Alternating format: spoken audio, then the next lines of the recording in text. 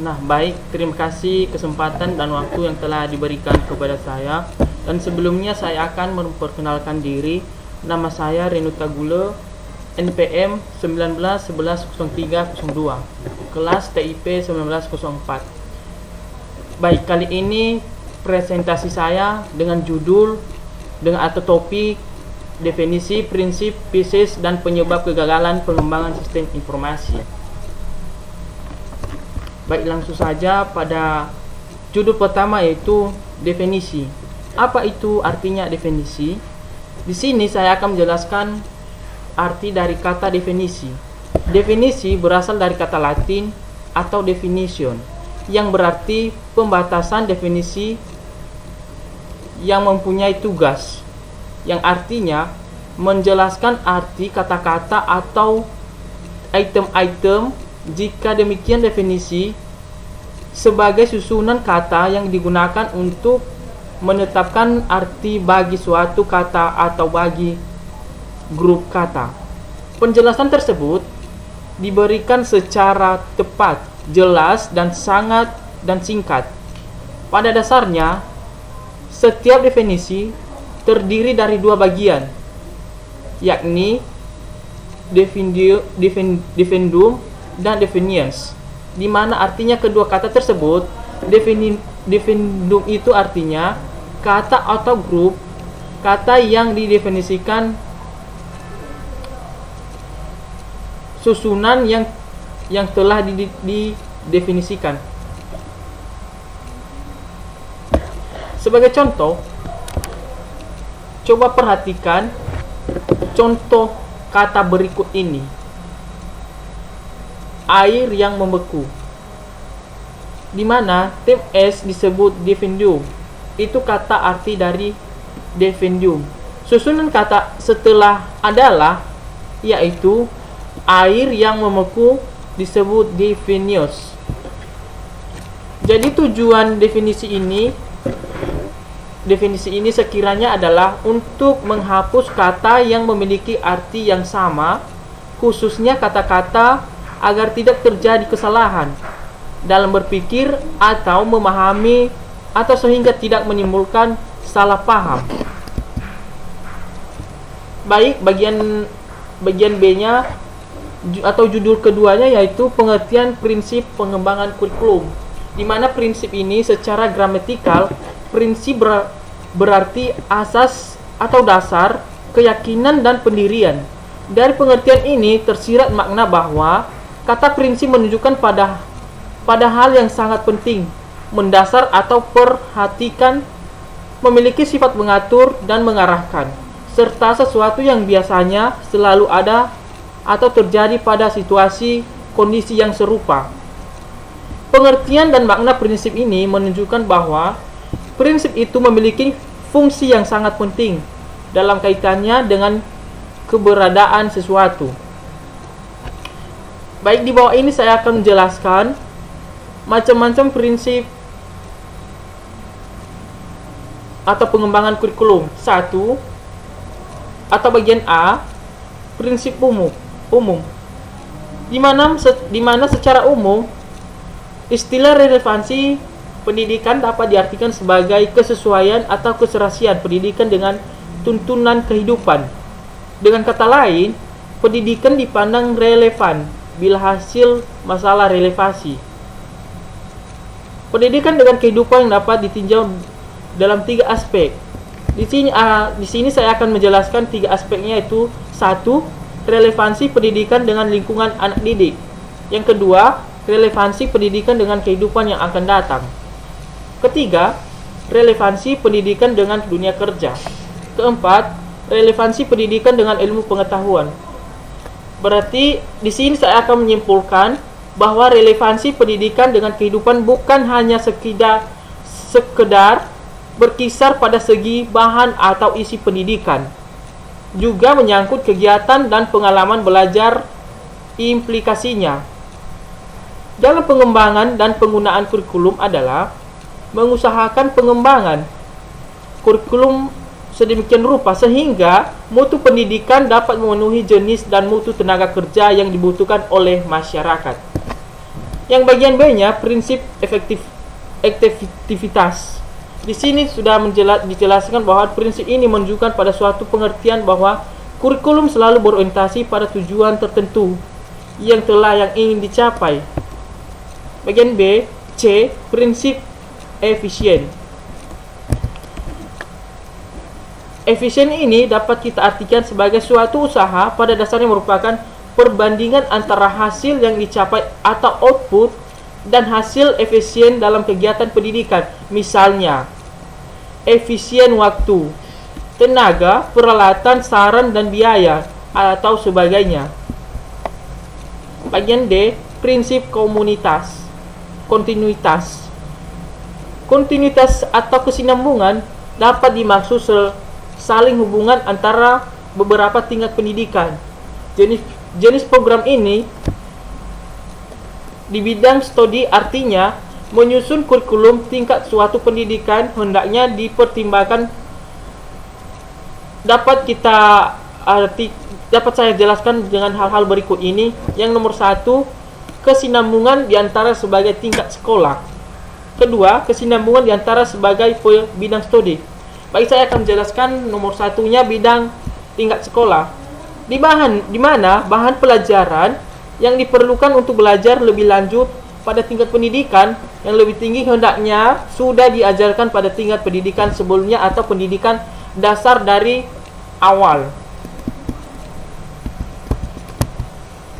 Bagian C-nya, berarti kita masuk pada bagian C sekarang, pengertian analisis spesies. Pengertian analisis spesies ini dapat kita artikan sebagai suatu sistem yang digunakan untuk analisis sistem kerja pada suatu perusahaan atau organisasi.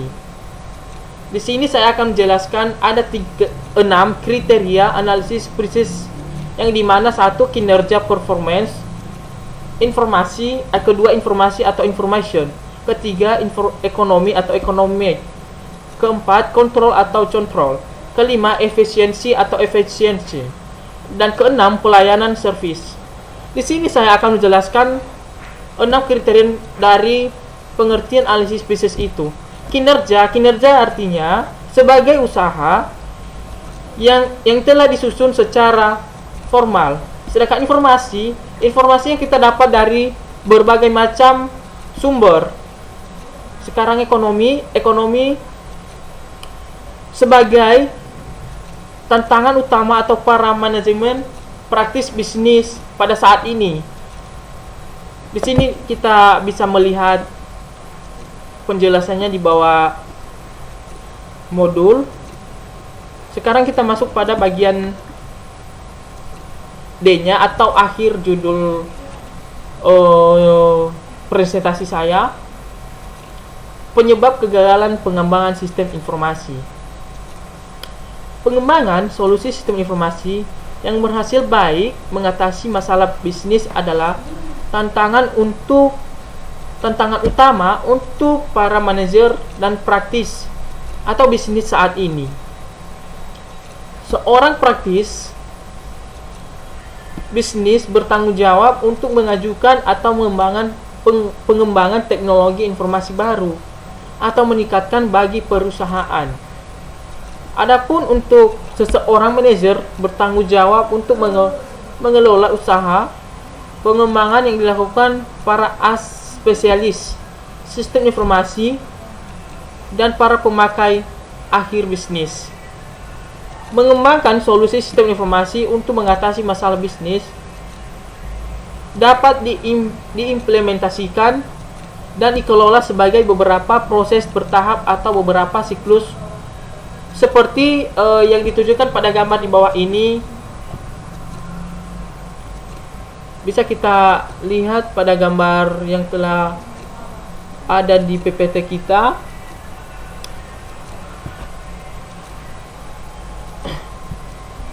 Baik, pengembangan sistem informasi adalah menyusun sistem yang baru untuk menggantikan sistem yang lama secara keseluruhan atau memperbaiki sistem yang telah ada. Penggantian atau perbaikan ini disebabkan oleh beberapa hal. Nah, baik, saya akan melanjutkan penjelasan sambungan dari awal tadi, pergantian atau perbaikan ini disebabkan oleh beberapa hal yang dimana saya akan menjabarkan bagian-bagian di bawah ini. Yang nomor satu, adanya permasalahan-permasalahan yang timbul pada sistem yang lama atau pada sistem yang baru, timbul ketidakberesan dan pertumbuhan organisasi. Ketidakberesan sistem lama menyebabkan sistem yang tidak beroperasi sesuai dengan yang diharapkan, sehingga kebenaran data kurang terjamin. Sedangkan pertumbuhan organisasi adalah kebutuhan informasi yang semakin luas, volume pengolahan data yang semakin meningkat, dan adanya perubahan prinsip baru sebagai akibat sistem lama tadi yang tidak dapat memenuhi semua kebutuhan informasi yang dibutuhkan oleh manajemen. Yang kedua, untuk meraih kesempatan-kesempatan, di mana dalam persaingan pasar yang semakin ketat, ketepatan informasi sangat menentukan keberhasilan strategis dan rencana yang disusun untuk meraih kesempatan dan peluang pasar, sehingga teknologi informasi perlu digunakan untuk meningkatkan penyediaan informasi. Dalam hal ini untuk mendukung proses pengambilan keputusan yang dilakukan oleh manajemen, di mana adanya instruksi dari pimpinan atau dari luar organisasi, misalnya dari pemerintah.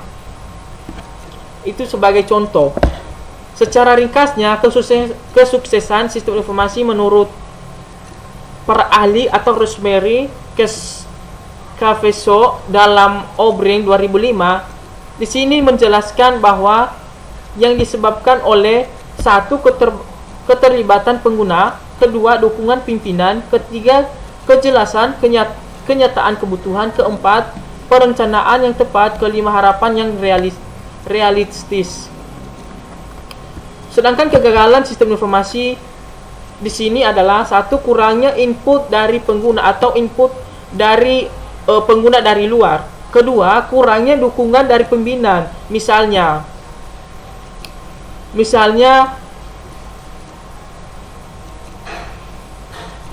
kurang dukungan dari pimpinan atau manajemen eksekutif dari luar. Ketiga, tidak terlengkapnya pernyataan apa betul. Misalnya ini perlengkapan atau kebutuhan yang digunakan dalam suatu manajemen tersebut.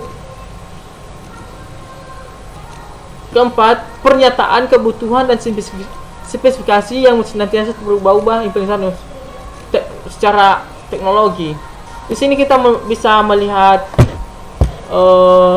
perencanaan dan pembangunan sistem informasi yang dikemukakan oleh Otomo 2002. Beberapa faktor yang terjadi kegagalan informasi. Adapun kegagalan yaitu satu, kebanyakan orang memandang sistem informasi itu adalah hal yang paling utama dan penting, sementara mereka melupakan komitmen dan konsisten terhadap materi informasi produk dan layanan kepada konsumen. Kedua, pengelola perusahaan pengelola sistem informasi. Ketiga, konsentrasi ahli SI sering lebih terarah pada pengguna teknologi atau TI. Keempat, interface, di mana interface ini seringkali kurang interaktif atau komunikatif dan agak sulit juga digunakan oleh pemakai karena interface ini sering dibangun berdasarkan selera dan kemampuan bahasa pembuatnya atau konsumen yang menggunakan interface sistem informasi tadi. Yang kelima, seluruh komponen perusahaan masih membutuhkan waktu untuk beradaptasi terhadap perusahaan internasional menjadi berbasis TI.